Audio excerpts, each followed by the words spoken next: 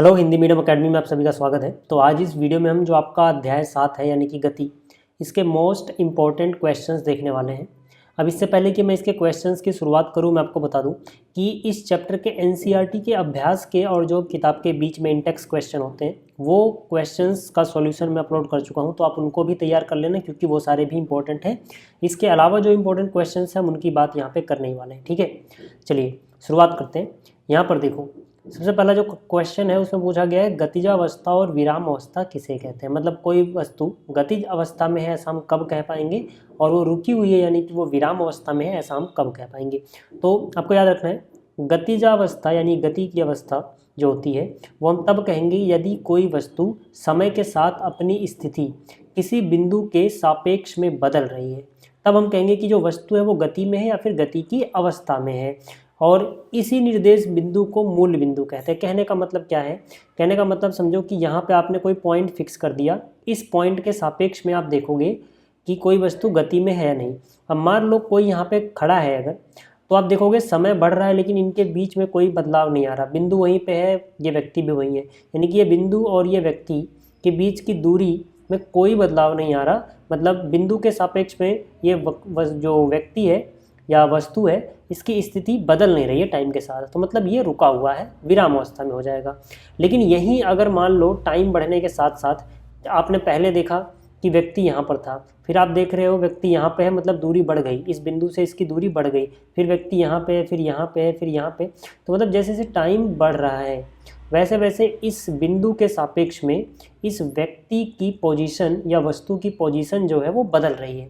तो जब भी पोजीशन बदलेगी तो हम कहेंगे कि वो गतिज अवस्था में है। और विराम अवस्था का मतलब क्या हो जाएगा, जब उसकी स्थिति में कोई बदलाव ना हो उस बिंदु के सापेक्ष में। तो विराम अवस्था के लिए आप लिखोगे कोई वस्तु विराम अवस्था में तब कहलाएगी जब उसकी स्थिति में समय के साथ किसी बिंदु के सापेक्ष में कोई बदलाव ना हो रहा हो। समझ में आ गया। तो यहाँ से आप एक बात और सीख सकते हो कि एक ही वस्तु एक ही समय पे अलग अलग बिंदुओं के सापेक्ष में, ठीक है, हो सकता है किसी बिंदु के सापेक्ष में वो गतिज अवस्था में हो और उसी टाइम पे किसी दूसरे बिंदु के सापेक्ष में वो विराम अवस्था में भी हो, है ना। इसका एग्जाम्पल आप समझ सकते हो कि मान लो अगर आप ट्रेन में बैठे हो, ठीक है, आप मान लो यहाँ पे बैठे हो, तो ट्रेन में यहाँ पर कोई बिंदु है या यहाँ पे कोई व्यक्ति है, तो ट्रेन अगर चल भी रही है तो आप दोनों के बीच में कोई बदलाव नहीं आ रहा, जो ट्रेन के अंदर हैं आप दोनों व्यक्ति, ठीक है, तो समय के साथ साथ आप दोनों के सापेक्ष में, यानी कि आप इस व्यक्ति के सापेक्ष में या फिर ये व्यक्ति आपके सापेक्ष में गति नहीं कर रहे हैं, मतलब आप दोनों एक दूसरे के सापेक्ष में विराम अवस्था में तो हो। लेकिन जो व्यक्ति बाहर खड़े हैं, जैसे जैसे ट्रेन आगे जाएगी, ठीक है ना, आप ट्रेन में बैठे हो तो आप भी आगे चले जाओगे, तो मतलब इस बिंदु के सापेक्ष में यही व्यक्ति या आप, ठीक है, गतिज अवस्था में हो जाओगे। समझ में आ गई बात। जैसे आप इसको ऐसे भी समझ सकते हो कि आप पृथ्वी में किसी कमरे के में अंदर बैठे हुए हो, मान लो अगर आप दो लोग बैठे हो कमरे के अंदर, ठीक है, तो आप दोनों एक दूसरे के सापेक्ष में विराम अवस्था में रुके हुए हो। लेकिन कोई पृथ्वी के बाहर से देखेगा तो क्योंकि पृथ्वी घूम रही है तो पृथ्वी के साथ साथ, ठीक है, आपका जो कमरा है वो पृथ्वी के साथ साथ आगे जाएगा, तो मतलब जो व्यक्ति बाहर से आपको देखेगा तो उसके लिए आप गतिज अवस्था में आ जाओगे। तो एक ही वस्तु एक ही समय पे विराम अवस्था और गति अवस्था में भी हो सकती है, डिपेंड करता है कि हमने मूल बिंदु या निर्देश बिंदु या फिर हम किस बिंदु के सापेक्ष में देख रहे हैं। ठीक है, तो ये समझ में आ गया गतिज अवस्था और विराम अवस्था किसे कहते हैं। ठीक है, इसके अलावा मैं आपको बता दूं कि अगर आपको साइंस का फुल कोर्स चाहिए तो आप प्ले स्टोर से AK स्टडी ऐप डाउनलोड कर सकते हैं। वहाँ पे आपको प्रगति बैच मिल जाएगा जिसमें क्लास 9th की साइंस मैंने बिल्कुल बेसिक से एडवांस तक हर एक टॉपिक समझाया हुआ है, जो भी NCERT का सिलेबस है, जो भी NCERT के अंदर आता है, ठीक है, और साथ ही साथ आपको वहाँ पे क्वेश्चंस भी मिल जाएंगे। ठीक है, चलिए अगला जो प्रश्न है इसे पूछा गया समान गति और असमान गति के बीच में अंतर स्पष्ट करें। तो आपको याद रखना है कि यदि वस्तु समान समय अंतराल में समान दूरी तय करती है तो उसकी गति को एक समान गति कहते हैं। जैसे मान लो कोई वस्तु है जो 1 मिनट में 5 मीटर जाती है, फिर अगले 1 मिनट में 5 मीटर जाती है, फिर अगले 1 मिनट में 5 मीटर जाती है, तो यहाँ पे टाइम का गैप 1-1 मिनट है और दूरी 5-5 मीटर ही है, मतलब वो समान समय अंतराल में समान दूरी तय कर रही है, तो वो वस्तु क्या कहलाएगी, वो वस्तु एक समान गति में कहलाएगी।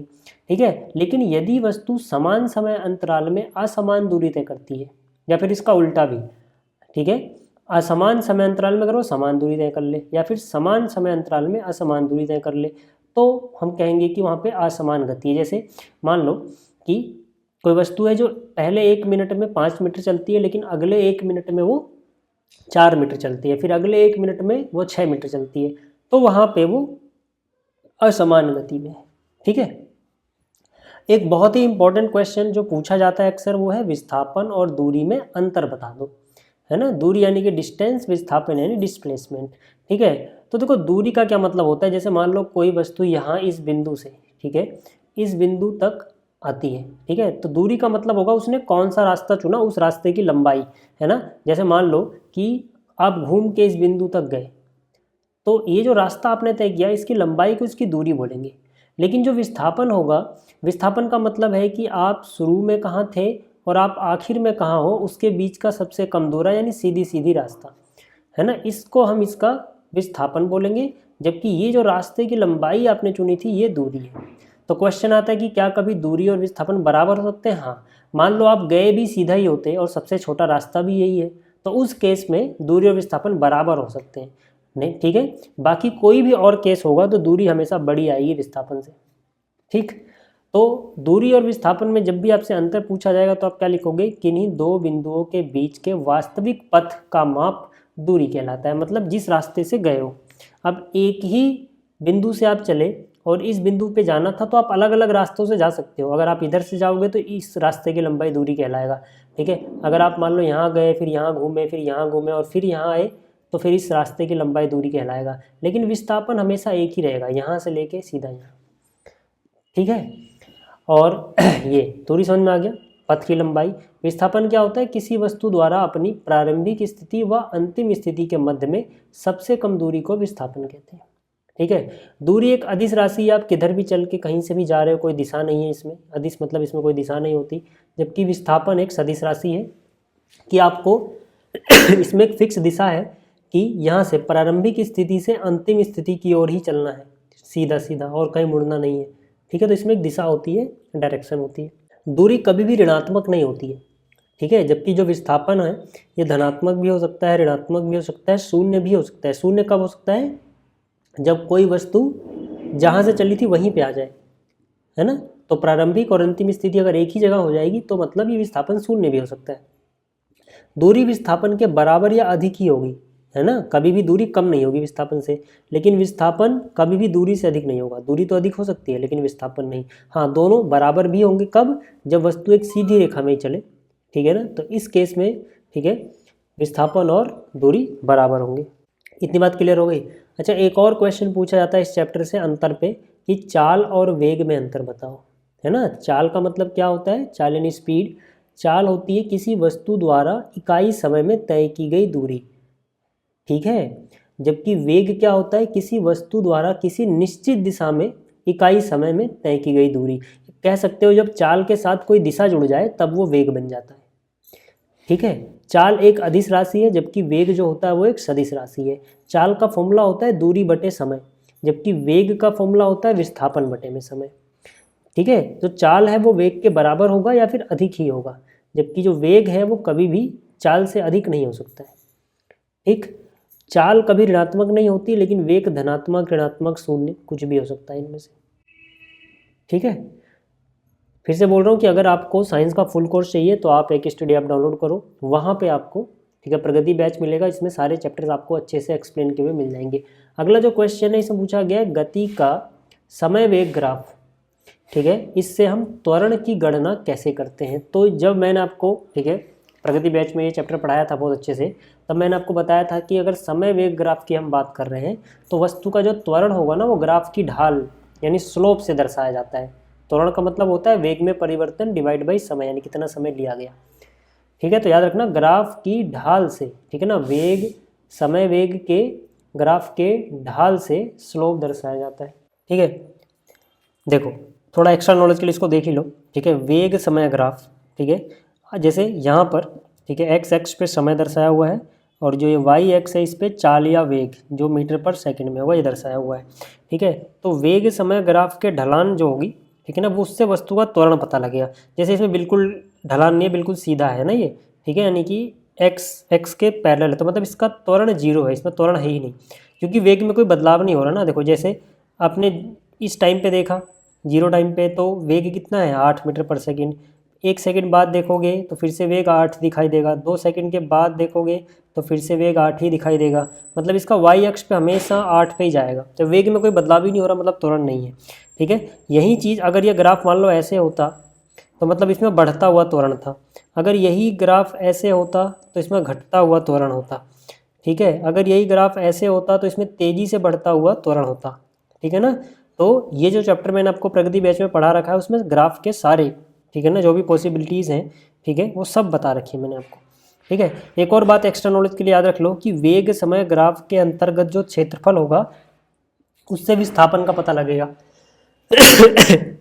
जैसे कि अगर इसी क्वेश्चन में कोई पूछे कि 2 सेकंड तक वस्तु का विस्थापन क्या था, तो यहाँ पे 2 सेकंड तक का ये एरिया, इस ग्राफ के अंदर का जो एरिया है ये एरिया निकाल लो। 2 सेकंड के अंदर का ये एरिया क्षेत्रफल निकाल लो। ठीक है, तो जैसे यहाँ पे कितना है 8 और यहाँ पे कितना है 2, 8 गुणा 2 यानी 16, यानी 16 मीटर विस्थापन हो जाएगा। ठीक है, तो याद रखना अगर वेग समय दिया गया है तो जो ढलान है वो त्वरण बताएगी, और वेग समय ग्राफ के अंतर्गत का जो क्षेत्रफल है जितने टाइम तक का बोला जाए, ठीक है, वो वस्तु का विस्थापन बताएगा। इतनी बात समझ में आ गई। अच्छा, एक और क्वेश्चन जो बहुत ज़्यादा पूछा गया है वो है समान त्वरण में किसी वस्तु द्वारा तय की गई दूरी की गणना के लिए सूत्र लिखना है। तो देखो, अगर त्वरण एक समान रहता है तो जो दूरी का सूत्र होता है वो होता है एस। एस का मतलब है दूरी, एस बराबर you t plus half a t square. देखो इसमें एस क्या है, दूरी है, यू क्या है, प्रारंभिक वेग है, टी क्या है, समय है, और ए क्या है, त्वरण है, एक्सीलरेशन। ठीक है। अच्छा, त्वरण कहते किसे, ये भी बहुत सारे बच्चों के दिमाग में आता है। ठीक है ना, और इसका ऐसा ही मात्रक क्या होता है, त्वरण का मतलब है कि कितनी तेज़ी से वेग में परिवर्तन हो रहा है। ठीक है, तो किसी वस्तु के वेग में परिवर्तन की दर को हम त्वरण कहते हैं। इसका जो ऐसा ही मात्रक होता है वो मीटर पर सेकंड स्क्वायर होता है। ठीक है, और यह एक सदिश राशि है, ये भी याद रखना है ना। यानी कि त्वरण का मतलब होता है वेग में परिवर्तन और लिया गया समय। ठीक है, अगर मान लो प्रारंभिक वेग u है और t समय लगा है और फाइनल वेग जो है यानी कि अंतिम वेग v हो जाता है, तो जो त्वरण होगा उसका फॉर्मूला होगा v minus you divide by T. v क्या है, अंतिम वेग, u क्या है, प्रारंभिक वेग, t क्या है, लिया गया समय। ठीक है, यानी कि जैसे अगर कोई मान लो शुरुआत में 2 मीटर पर सेकंड के चाल से चल रहा था और बाद में वो 6 मीटर पर सेकंड हो गया, तो बाद में जो वेग हुआ है वो v है और शुरुआत में जो वेग था वो u है। और ऐसा बदलने में 2 मीटर पर सेकंड से 6 मीटर पर सेकंड जाने में मान लो उसे अगर समय लगा है 2 सेकंड। ठीक है, तो इसका जो त्वरण होगा वो 6 माइनस 2 डिवाइड बाई 2 हो जाएगा। 6 में से 2 गया 4/2 यानी कि 2 मीटर पर सेकंड स्क्वायर। अच्छा, अब ये तीनों फॉर्मूले याद रखना गति के समीकरण, क्योंकि इन पे क्वेश्चन पूछे जाते हैं। ठीक है, पहला फॉर्मूला है 2as बराबर v square minus u square. आप जानते हो a क्या है, त्वरण है, s क्या है, दूरी है, v क्या है, अंतिम वेग है, u क्या है, प्रारंभिक वेग है। ऐसे ही ये दूरी सूत्र भी s equal to u t plus half a t square और v equal to u plus a t. ये चीज़ें आप याद रखना क्योंकि इन पे क्वेश्चन पूछे जाते हैं। किस तरह के क्वेश्चन पूछे जाते हैं, कुछ इस तरह से, ध्यान से देखना। जैसे कि क्वेश्चन है कि एक बस की गति 5 सेकंड में 80 किलोमीटर प्रति घंटा से घटकर 60 किलोमीटर प्रति घंटा हो जाती है, बस का त्वरण ज्ञात कीजिए। तो देखो, सबसे पहली बात यहाँ पे आपको लिस्ट बनाना होता है। जब भी ऐसे क्वेश्चन है ना, सबसे पहले लिस्ट बनाओ कि क्या क्या आपको पता है। तो यहाँ पर देखो सेकंड, 5 सेकंड मतलब टाइम को सेकंड में नापते हैं, यानी कि टी फॉर टाइम कितना है, 5 सेकंड दिया गया है। जो शुरुआत में गति होगी या वेग होगा उसको हम यू बोलेंगे। शुरुआत में इसकी गति कितनी है, 80 किलोमीटर प्रति घंटा, यानी कि यू जो हो जाएगा वो हो जाएगा 80 किलोमीटर प्रति घंटा। और जो बाद में गति हो जाएगी बदल के उसको हम वी बोलेंगे, यानी कि वी 60 है, तो वी हो जाएगा 60 किलोमीटर प्रति घंटा। ठीक है, आप देखो क्योंकि टाइम सेकंड में दिया गया है तो अच्छा रहेगा कि आप इसको भी मीटर पर सेकंड में बदल लो, इसको बदलना आसान होता है। ठीक है, देखो 80 किलोमीटर प्रति घंटा है ना, यानी किलोमीटर ऊपर है, आर नीचे है, घंटा नीचे है। ठीक है, तो टाइम नीचे है, तो इसको हमें बदलना है किलोमीटर प्रति घंटा से मीटर पर सेकंड में। तो एक बात बताओ, अगर सिर्फ किलोमीटर पे ध्यान दें, 80 किलोमीटर है, 1 किलोमीटर में 1000 मीटर होते हैं, तो 80 किलोमीटर में 80 गुणा 1000 यानी 80,000 मीटर हो जाएंगे। ठीक है, तो 1 किलोमीटर से जैसे आपने 1000 लिखा यहाँ पे गुणा में, ये मीटर बन गया। दूसरी बात है नीचे आर यानी घंटा, तो बताओ हमें इसको सेकंड में बदलना है, घंटे को किसमें बदलना है, सेकंड में। तो हमें पता है 1 घंटे में 60 मिनट होते हैं, तो इसको 60 से गुणा किया 60 हो गया। 60 मिनट, लेकिन हमें सेकंड में जाना था, तो हर एक मिनट में 60 सेकंड होते हैं। मतलब घंटे को पहले 60 लिखा तो यानी वो मिनट हुआ, उसको 60 से और गुणा कर दिया और सेकंड हो गया। तो इसीलिए जब भी किलोमीटर प्रति आवर को मीटर पर सेकंड में बदलना होता है तो हम ऊपर लिखते हैं 1000, नीचे लिखते हैं 60 × 60। ठीक है, अब एक जीरो से, ठीक है, ये एक जीरो कट जाएगा, इस एक जीरो से ये एक जीरो कट जाएगा। ठीक है, यहाँ से देखोगे तो 2 से काटोगे तो 2 तियाँ 6 हो जाएगा। ठीक है, 2 से इसको काटोगे तो ये हो जाएगा 40, और ऐसे ही फिर से ये 2 तियाँ 6 हो जाएगा, 2 से काटोगे तो फिर ये हो जाएगा 20। ठीक है, 20 गुणा में ये 10, 200 हो जाएगा, नीचे हो जाएगा 3 × 3 यानी कि 9। ठीक है, तो ये हो गया 200/9 मीटर पर सेकंड। ये मीटर पर सेकंड बदल गया, यानी कि जो किलोमीटर पर आवर में था ये मीटर पर सेकंड बदल गया। इसी तरह से इसको करोगे तो फिर से किलोमीटर ऊपर है तो 1000 से गुणा किया, मीटर बन गया, 60 × 60 लिखा तो घंटे से सेकंड बन गया।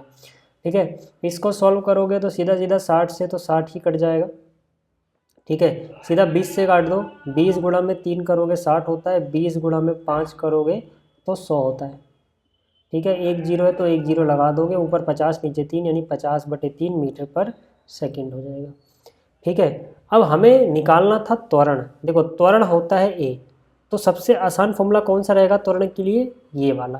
क्यों? क्योंकि देखो इसमें v दिया हुआ है, अंतिम वेग, प्रारंभिक वेग और टाइम दिया गया है। तो बच्चों की प्रॉब्लम क्या रहती है, वो कहते हैं कि हमें पता नहीं लगता हम फॉर्मूला कौन सा लगाएं। जैसे यही वाला क्वेश्चन है तो कौन सा फॉर्मूला हमें पता नहीं लगता। जब आपको कन्फ्यूजन हो कि फॉर्मूला कौन सा लगाएं तो पहले ध्यान दो कि आपको दिया क्या क्या है। देखो t दिया गया है, u दिया गया है, v दिया गया है, और पूछा क्या है? त्वरण। त्वरण किसे कहते हैं? ए को, यानी ए पूछा है। तो ऐसी समीकरण ढूंढो जिसमें t, u, v और a दिया हो और इसमें से ज़्यादातर चीज़ें आपको पता हो। तो जैसे अगर मैं देखूँ तो t पता है, u पता है, v पता है, a निकालना है। तो यहाँ पे तो s भी आ गया, हमारे काम का भी नहीं है। यहाँ पे s आ गया, हमारे काम का नहीं है। इसमें देखो t दिया गया है, u दिया गया है, v दिया गया, a निकालना है। तो यहाँ से अगर मैं a का फॉर्मूला निकालूँ तो देखो यहाँ से a क्या हो जाएगा? a बराबर v अपनी जगह रहेगा, ये u जो है ये माइनस में चला जाएगा इस तरफ, और यहाँ पे a × t होगा ना, जो t है वो डिवाइड में चला जाएगा। ठीक है, यानी कि a बराबर आ गया v-u/t। अगर आपको ऐसे नहीं लिखना, सीधे ये फॉर्मूला लिखो, जो पता है उसका मान रख दो, जो नहीं पता वो निकल जाएगा, है ना। नहीं तो आप चाहो तो पहले ऐसे बना लो इसको। तो a बराबर क्या होगा? v-u/t, जो कि यहाँ पे आप देख सकते हो लिखा हुआ है कि a बराबर v-u/t। या फिर त्वरण का अलग से ही फॉर्मूला बहुत से लोग ऐसे याद रखते हैं कि भाई वेग में परिवर्तन की दर, यानी कि वेग में फाइनल वेग माइनस इनिशियल वेग डिवाइड बाई टी। ठीक है, अब देखो यहाँ पे है अंतिम वेग यानी कि v, तो अंतिम वेग यानी कि v कितना है? 50/3, तो v की जगह आ गया 50/3। फिर है प्रारंभिक वेग यानी कि u, प्रारंभिक वेग कितना है? 200/9, तो ये लिख दिया, डिवाइड बाई t यानी कि 50 आ गया। अब 3 और 9 का एलसीएम होता है 9। ठीक है, क्लियर होगी बात? तो 3 का पहाड़ा 9 में 3 बार जाएगा, 3 × 9, तो 3 गुणा में 50 करोगे 150 हो जाएगा।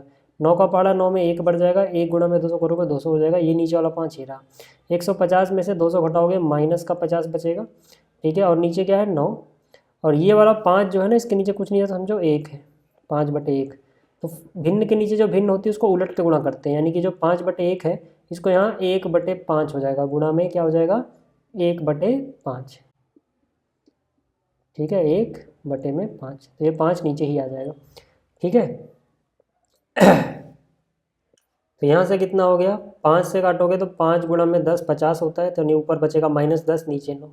इसको पॉइंट में चाहो तो बदल लो तो इतना आ जाएगा। क्लियर हो गई बात? अब क्योंकि एक्सीलरेशन है तो मीटर पर सेकंड स्क्वायर होता है, इसका मात्रक ये याद रखना। अगला क्वेश्चन है, कोई बस विराम अवस्था से चलना प्रारंभ करती है। देखो ये क्लू आपको बहुत बार मिलेगा कि डायरेक्ट कुछ चीज़ें दिखाई नहीं देंगी लेकिन वह छुपी होंगी। जैसे यहाँ पे u छुपा हुआ है, u कितना है? 0। u मतलब शुरुआत में उसकी स्पीड क्या थी, वेग क्या था।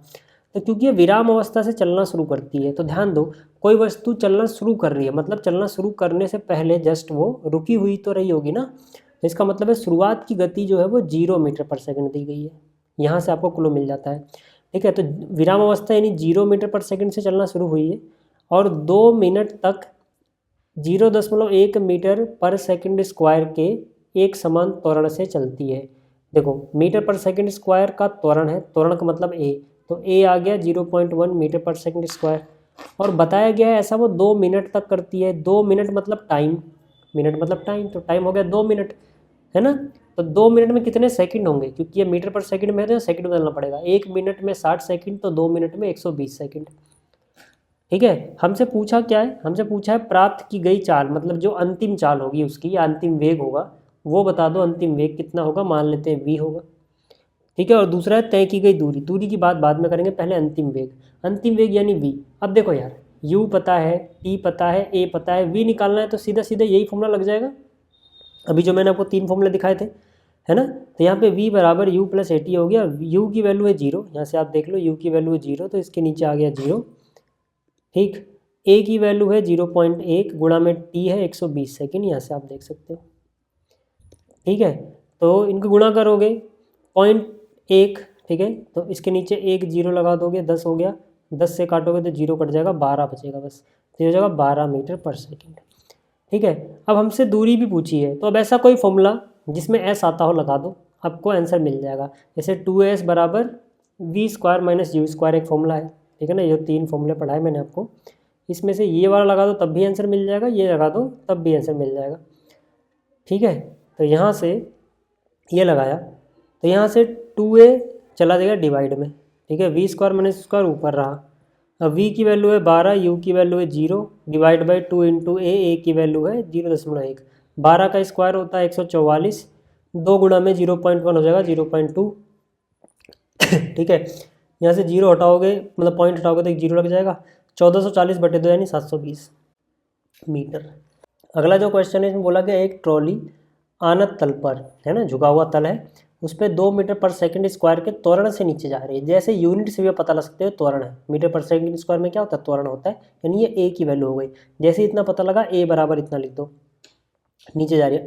कह रहा है गति प्रारंभ करने की, गति प्रारंभ की है मतलब शुरुआत में रुकी हुई थी, तो यहाँ से हिंट मिल गया u बराबर 0 मीटर पर सेकेंड है। ठीक है। कह रहा है उसका वेग क्या होगा, अंतिम वेग पूछा है, ठीक है ना, ये 0 मीटर पर सेकेंड।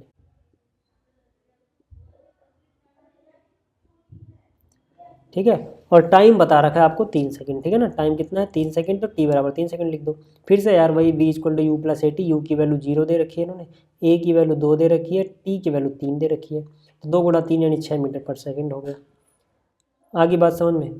अगला है एक रेसिंग कार एक समान त्वरण 4 मीटर पर सेकेंड स्क्वायर गति प्रारंभ करने के 10 सेकंड पश्चात वह कितनी दूरी तय करेगी। ये रेसिंग कार में त्वरण इतना है, यानी कि a अपने को दिया गया 4 मीटर पर सेकेंड स्क्वायर, गति प्रारंभ करती है यानी शुरुआत में ये रुकी हुई थी, 10 सेकंड बाद कितनी दूरी तय करेगी, दूरी पूछा है 10 सेकंड। 10 सेकंड का मतलब क्या हो गया, t बराबर है 10 सेकंड।